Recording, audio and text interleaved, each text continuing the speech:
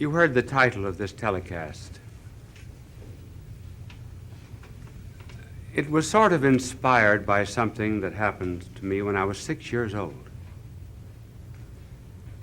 I was just beginning to be an altar boy, and the pastor called me up to the altar. They were cleaning the church. And he said, come, come. So I went up to the altar, and he gave me a great big missal. It's a Latin book that we use during Mass. And he said, go now to the back of the church and then into the rectory with this book. Well, it was very heavy for a 6-year-old boy, and it was a long aisle.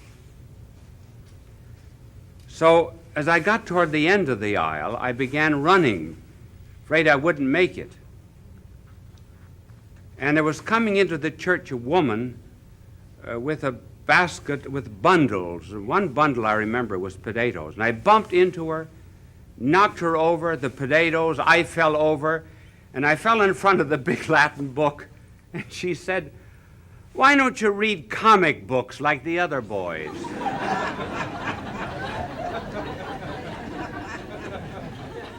Well, that was my introduction to Come, Come, Go, Go. You could never guess what it's about. I will merely begin by saying that the world is rather divided into two groups of people today. There is what might be called the go-go group, and then there's the come-come group.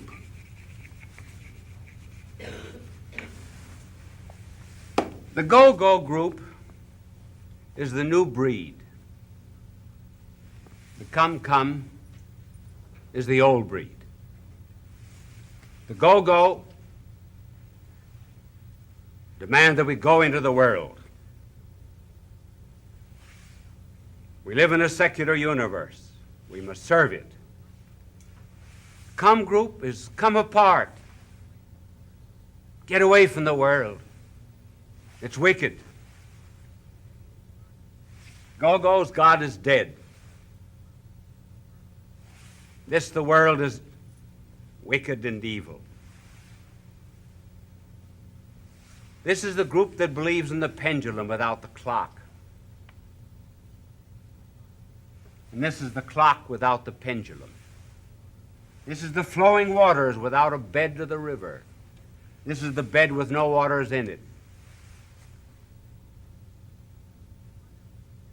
It would be wonderful if we could ever get the two groups together. And they should be together.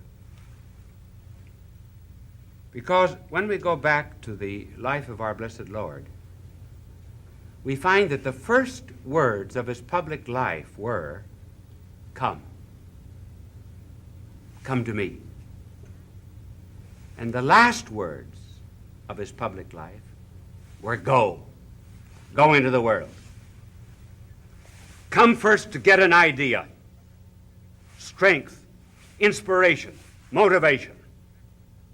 Then action, dynamism, fluidity, serving the secular world.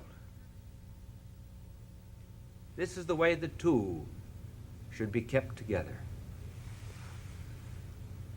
When they are kept together, what do you find? I think you get modern saints. I'm going to talk about modern saints, not plaster saints, not canonized saints,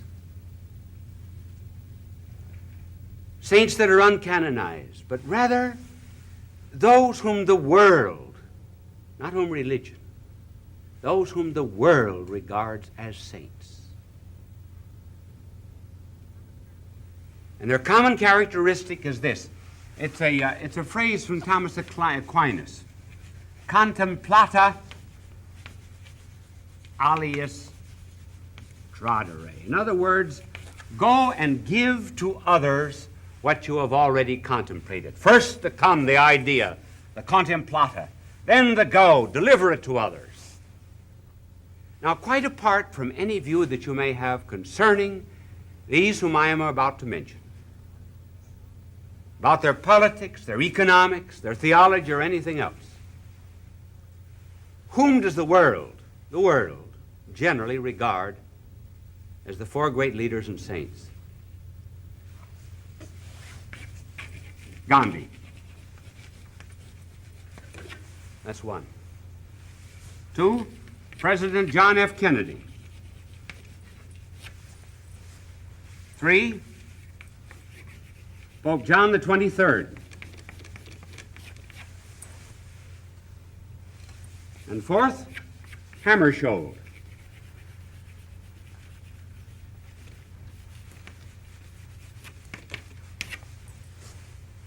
Formerly of the United Nations. Each had a great idea. Each first came. They got some contemplata. For Gandhi, what was it? Nonviolence to others, but violence to self. For Kennedy, what was the great hidden idea and inspiration? We're going to call it the occult cross. John the 23rd, love of God and neighbor. Hammarskjöld, interiority. Now, the point is that these men were great, each and every one of them. Not because they started with a secular order, but because they started with a great inspiration, great idea, then activated it. Their ideas were motorized. First, Gandhi. I'm just looking at the clock to see how much time I can give each saint. I've got 15 minutes, 4 saints. That'll be less than 4 minutes for each saint. I'm not going to have much time. So this will be the quickest life of the saint that you ever heard about in your life. First, Gandhi. The great inspiration of Gandhi's life was nonviolence to others with violence to self. He said, after reading the Sermon on the Mount, as far as that is concerned, I am a Christian. He believes that one of the reasons people make war against others is because they've never been made war against themselves. So before he preached nonviolence, he was violent against everything in himself that leaned toward egotism and selfishness. When Gandhi was 37 years of age, he took the vow of celibacy. And he kept it until his death. And he said, I felt that any particular human love that I might have in marriage would narrow me, and I wanted to love all of mankind.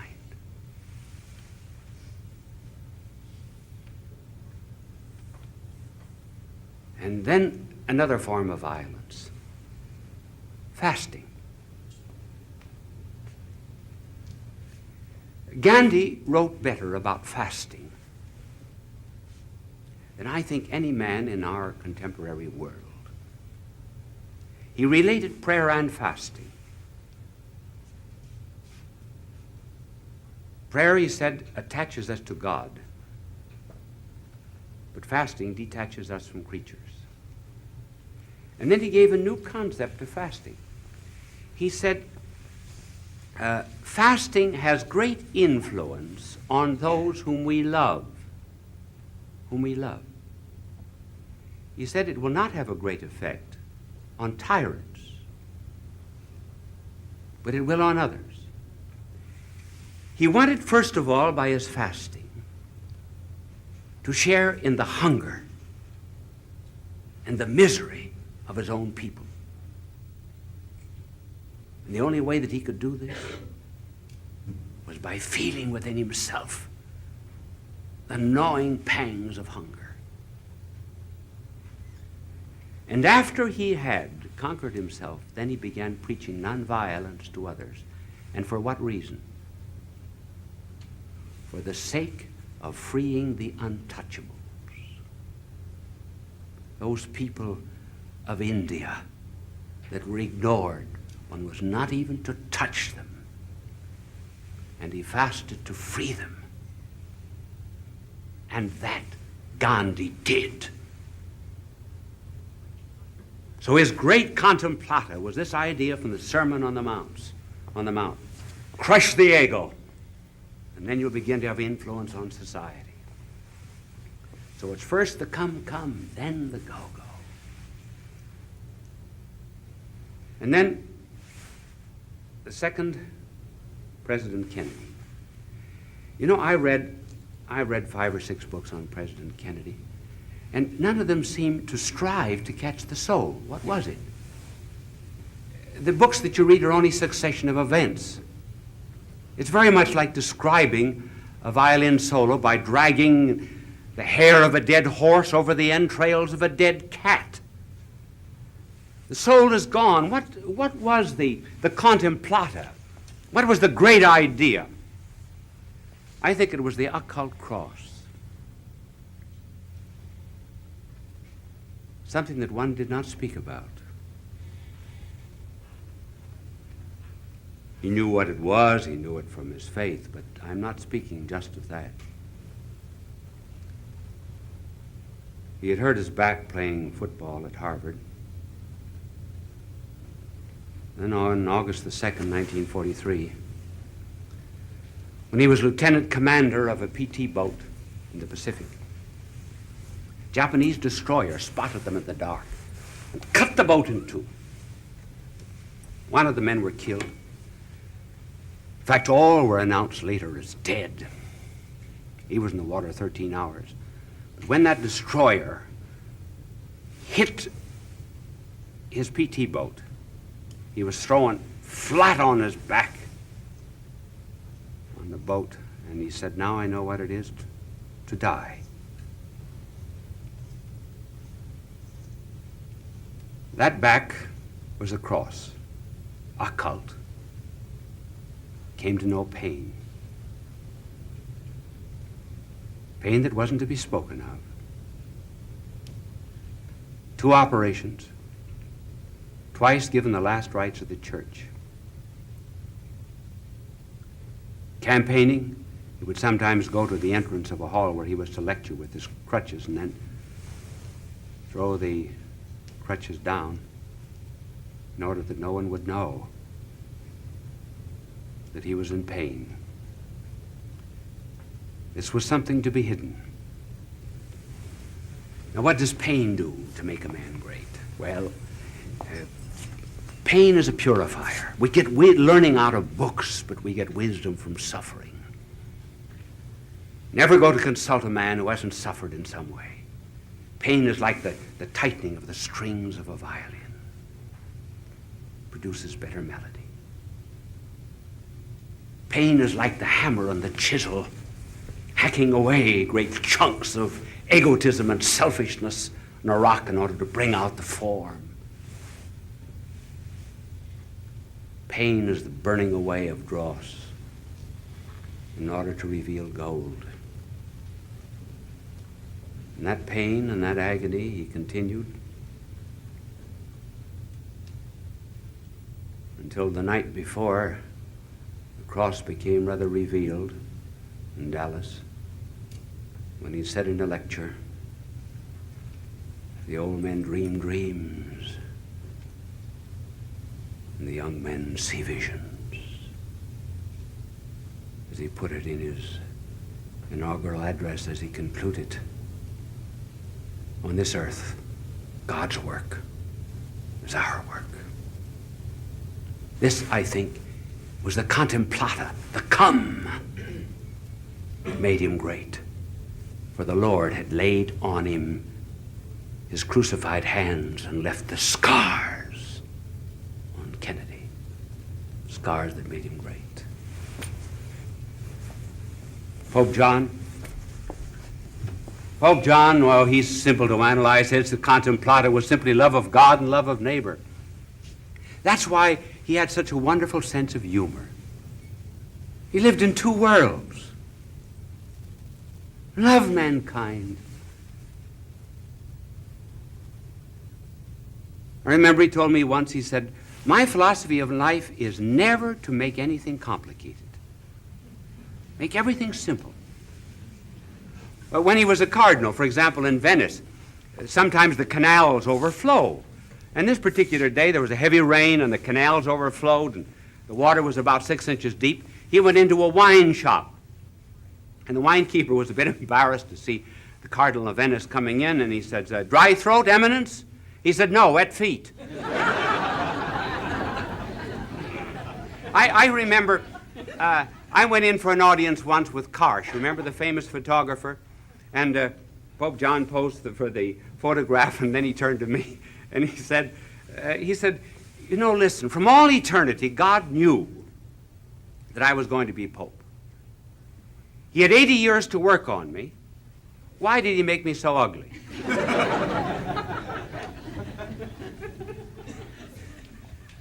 But this love of God translated itself into this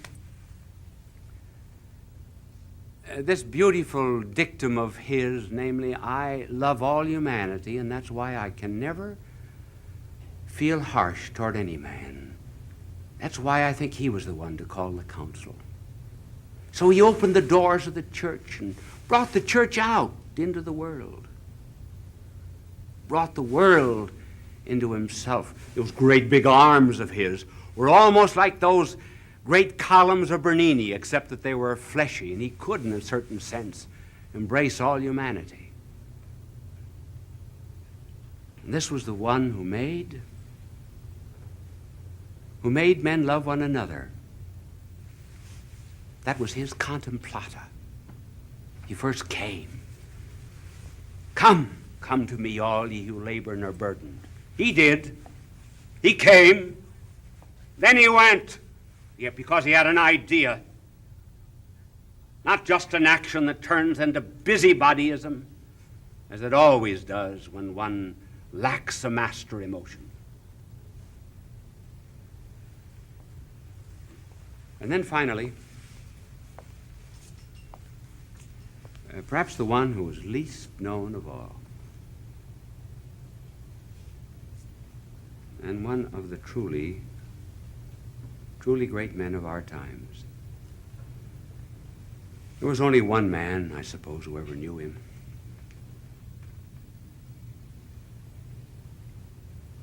And that was Stolpe. Sven Stolpe was a friend of his youth and his associate during life. Stolpe has done the best work that has been written on Hammarskjöld, called Dag Hammarskjöld, a spiritual portrait. It was only to Stolpe and to his diary that he ever committed his thoughts, called markings. He said, I had to have a fixed point. See, the contemplata, fixed point. He knew where he was going. He said, there was a day in my life when I said yes to someone. And what was his characteristic? It was interiority. An unseen spiritual existence that nobody knew about.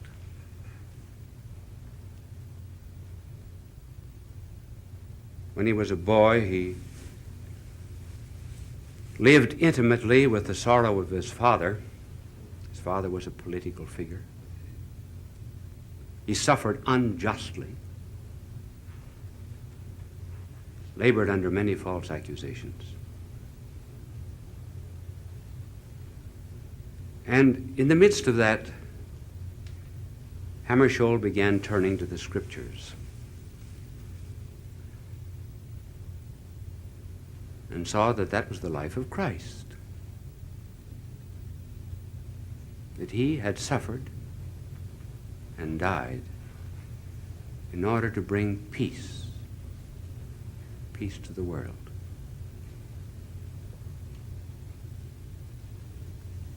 So he began to think of how he could bring peace.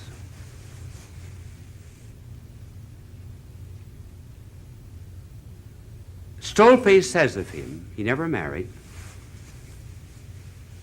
Stolpe said he was the purest man I ever knew in my life.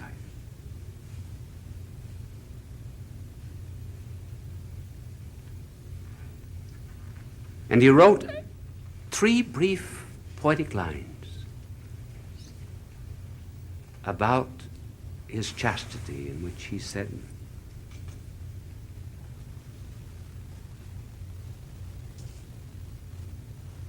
hidden away, the heat transmutes the coal into diamonds. What is a diamond but a carbon on fire?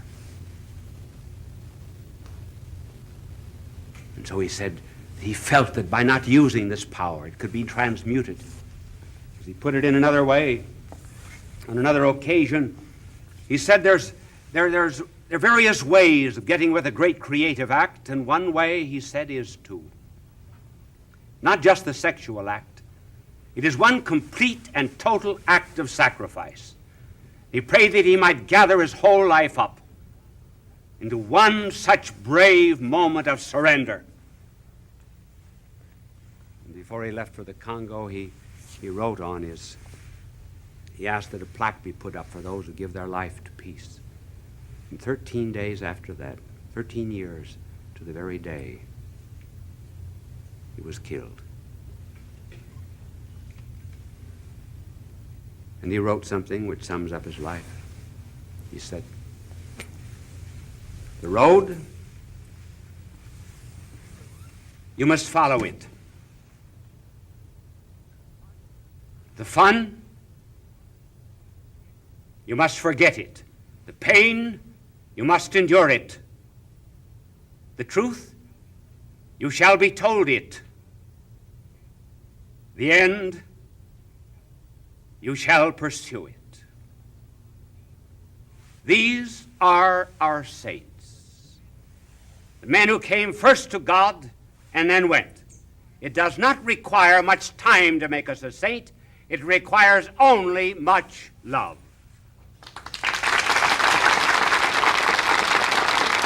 Bishop Sheen was a pioneer in Christian broadcasting. He produced thousands of radio shows and appeared on countless television programs. When he received television's Emmy Award, Bishop Sheen said, "Thank God for a good season." Did you notice that there was no interruption during this entire program? Do you know the only man that hates to be interrupted in the middle of a sentence is a prisoner? And it happens that this is a program in which there's no interruption of a sentence either. Thanks for listening. Pay attention, therefore, to our sponsors. Bye now, and God love you.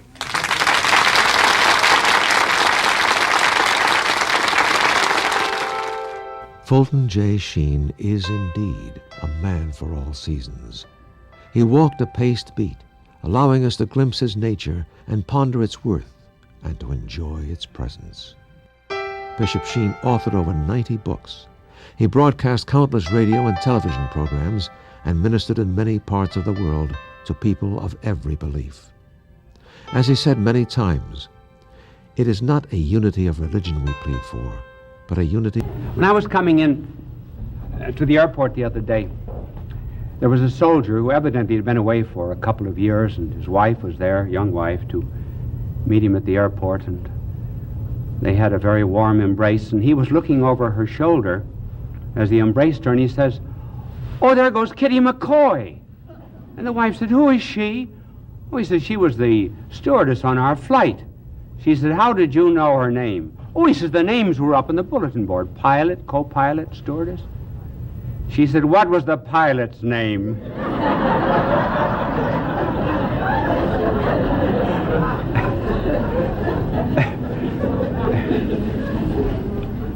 This telecast is not going to be what you think it is. I know you've heard the song, "Love is a many splendored thing," but I'm going to tell you the origin of that expression, a many splendored thing. I'm going to tell you who really wrote it, but I will tell you in a minute. It is a very interesting life because it's somewhat related to our age, in which there is A fondness for flight from consciousness. What is there, anyway, in human nature that makes it rather anxious to evade and escape consciousness and responsibility? Alcohol, dope, sleeping tablets, whatever they happen to be. A way to avoid the responsibility of being awake. And I'm going to tell you the story of a man who had a flight from consciousness. And in this story, we find revealed the unconscious influence of little things. Jean Guiton, a member of the French Academy, said that while he was a prisoner of the Nazis in Germany, one night he and a number of other prisoners amused themselves by each telling how his mother and father met. Circumstances were quite accidental. Sale of a lottery ticket, chance meeting, fall on the street, blind date, wrong address. And here, as a result of these trivial things, here were men that were prisoners under a totalitarian system. It was the little thing that influenced the life of Francis Thompson, who wrote, "Love is a many-splendored thing." And what was that small thing? Well, this young man started for the priesthood, and he was told he did not have a vocation. And then he went into medicine. His fondness was literature. He used to produce as a little boy the plays of Shakespeare for his sisters.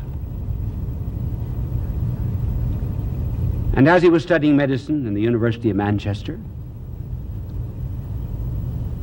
he roamed into every bookstore, and at that particular time there had just appeared a Life of De Quincey.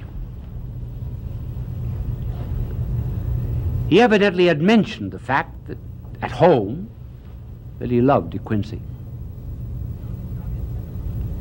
And on his 17th birthday, his mother gave him De Quincey's famous work, The Confessions of an Opium Eater.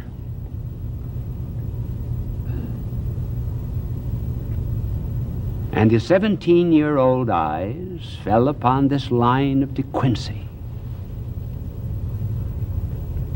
Why, at the age of 17, should I have become a prisoner and a prey to this drug, and lost my mind and my freedom? The mother never intended that her son Francis Thompson should ever follow in the steps of Thomas De Quincey. But he did.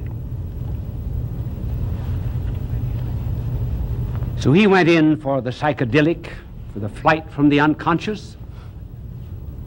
And here there's a curious parallel between the life of De Quincey and the life of Thompson. De Quincey lived earlier than Thompson. When De Quincey became a dope fiend, he went to London, to Soho Square. So did Thompson. And this further parallel, when they went to Soho Square, De Quincey had in his pocket a book of English poetry, we do not know which poet it was, and a copy of the Greek dramatist Euripides. When Thompson went, he had in one pocket Blake, and in the other pocket Sophocles. When they went to London, they both went to the same place, Soho Square. How well I know it. I've spent 5 years of my life in Soho Square. Not continuously, but many, many summers and many winters during my university days. It acquired its name in the 17th century because that was the area of London where the huntsmen used to gather to chase the hounds. And the head huntsman would call the hounds with Soho. It became known as Soho Square. It's very famous. Just a block away is Greek Street. That's where Karl Marx lived for a third of his life, in great poverty. This founder of communism, his wife said, "Karl, if you had only made more capital instead of writing about it, the whole world would have been better off." I had many experiences there in Soho Square with the type of person, of course, that Thompson actually is and was. But here are the two of them, decades apart, roamed the street. Thompson made a little money here and there, chasing cabs, holding a horse, selling matches, running an errand. Just a bum. A bum. Emaciated and thin, from drug and hunger. No one was there to befriend him except a woman of the streets.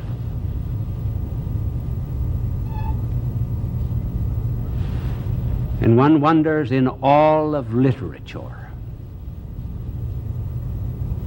if there ever was a greater tribute paid to a woman of the street than Thompson paid this woman. He wrote about her in a poem to Monica Meynell. We will tell you about the Meynells in a moment.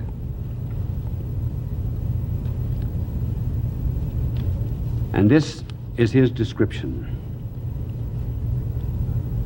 Then there came past a child like thee, a spring flower, fallen from the budded coronal of spring. A spring flower, fallen from the budded coronal of spring.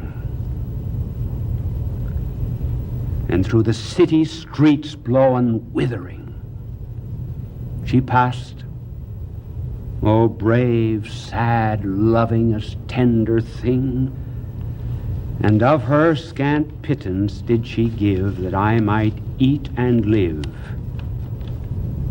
Then fled a swift and trackless fugitive. The same thing happened to De Quincey. When he was in the depths of poverty and degradation, a woman of the streets befriended him. We know her name. Her name was Anne.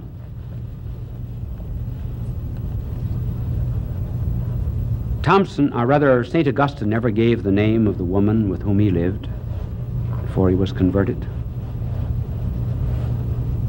Thompson never gave the name of this one. But he went out and searched for her. Now, why he searched is interesting. He gathered up in dusty old, dirty papers an article and a few poems, and he sent them to Wilfred Meynell, who was the editor of Merry England. And in the letter to Wilfred Meynell, he said, "You may return the manuscript and the rejection slip to Francis Thompson, Charing Cross Post Office, general delivery." He never heard for 9 months.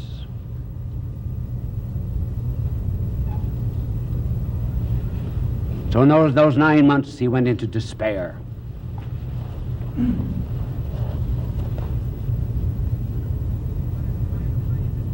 He wanted to find this woman. He could not do it. She said to him as she left, "You are always a genius. You're above me."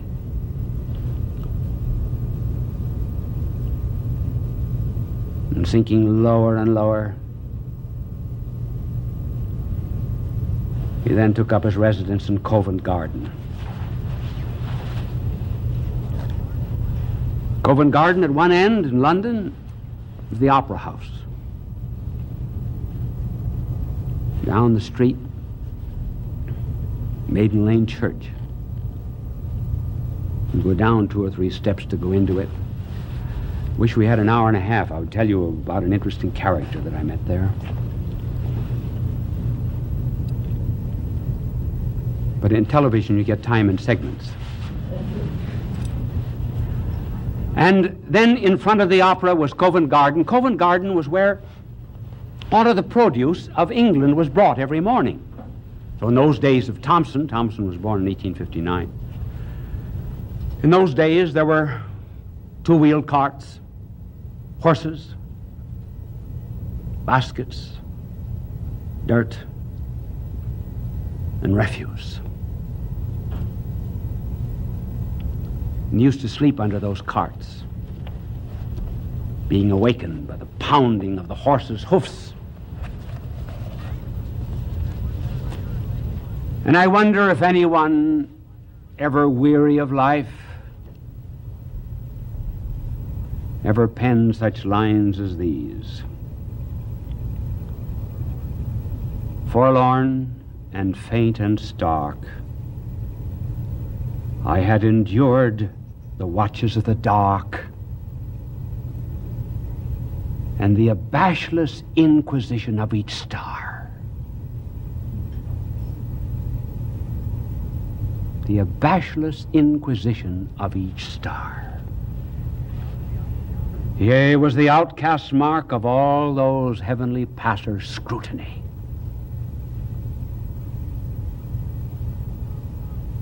Stood bound and helpless for time to shoot its barbed minutes at me.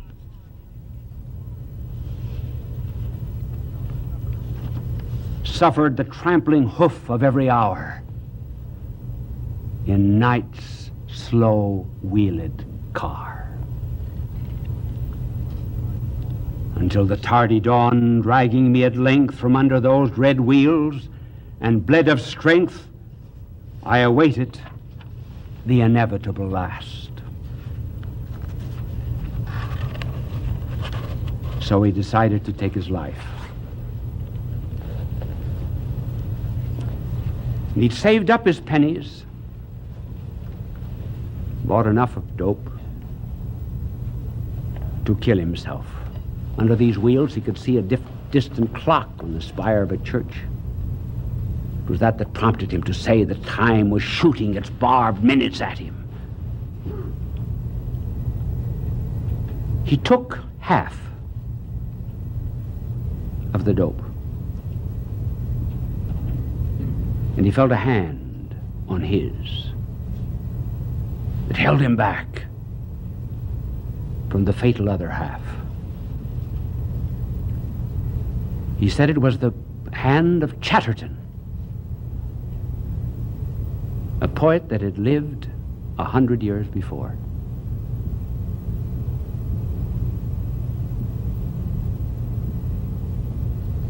He gave up the attempt at suicide, and the next day, news came to him that Wilfred Meynell wanted to see him. The 9 months had passed. Now begins a kind of change of life. Wilfred Meynell attempts a cure, sends him out to the Abbey of Storrington. And here we enter into a new phase of his life. His love of children. And as he roamed about the fields of Storrington, he met a little girl whose name was Daisy Stanford.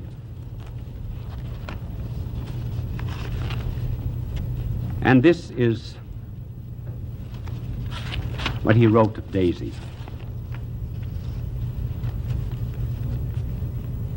Here she came with a few tokens, raspberries and such things, and he said that his own heart went down to her hand.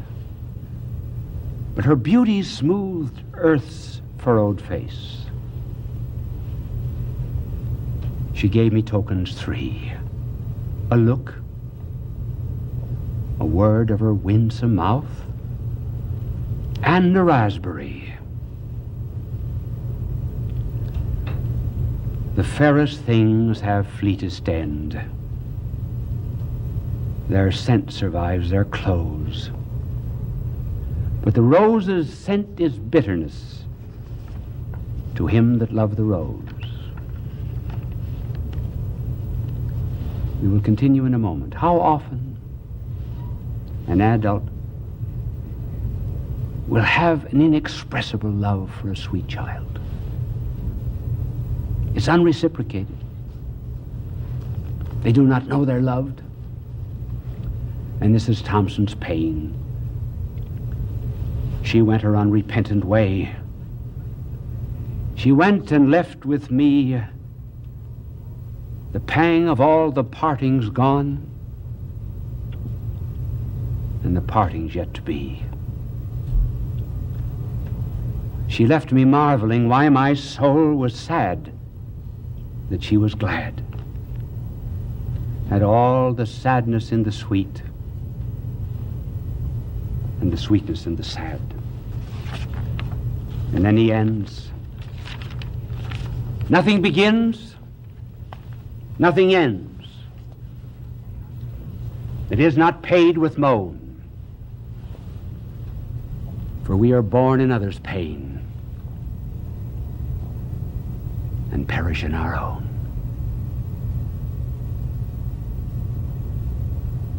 The love went out from his life. But then he found some solace in little Olivia Meynell.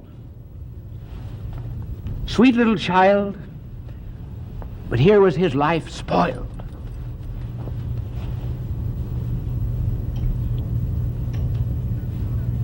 And with the pillaring hours about to crush him,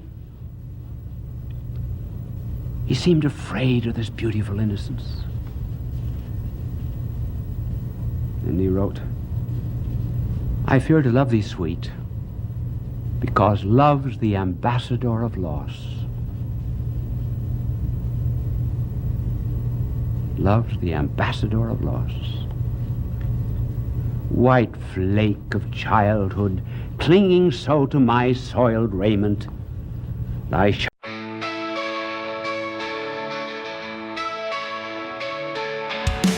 Road to death, they say, but we're alive today. Chasing dreams, we fly into the night sky. Lights flash, blind our sight. We race into the light. Hearts beat, thunder loud. We're lost in the crowd. We ride the road to glory. Write our own great story. No fear, no tears, just love. Rise high like stars above.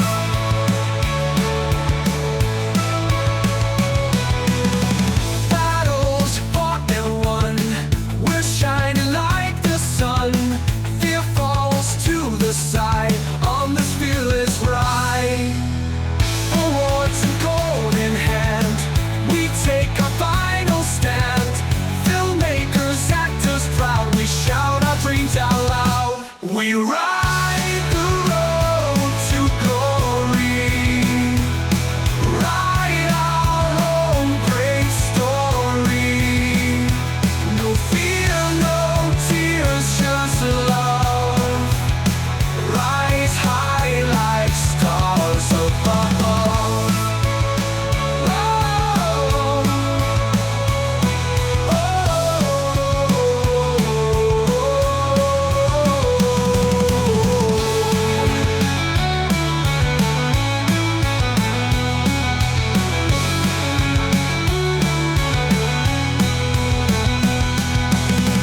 Battles fought and won. We're shining like the sun. Fear falls to the side on this fearless ride. Awards and gold in hand, we take our final stand. Filmmakers, actors proud, we shout our dreams out loud. We ride the road to glory, write our own brave story. No fear, no tears, just love. Rise high like stars above. Rise stars above. Oh, rise high like stars above. Oh, above.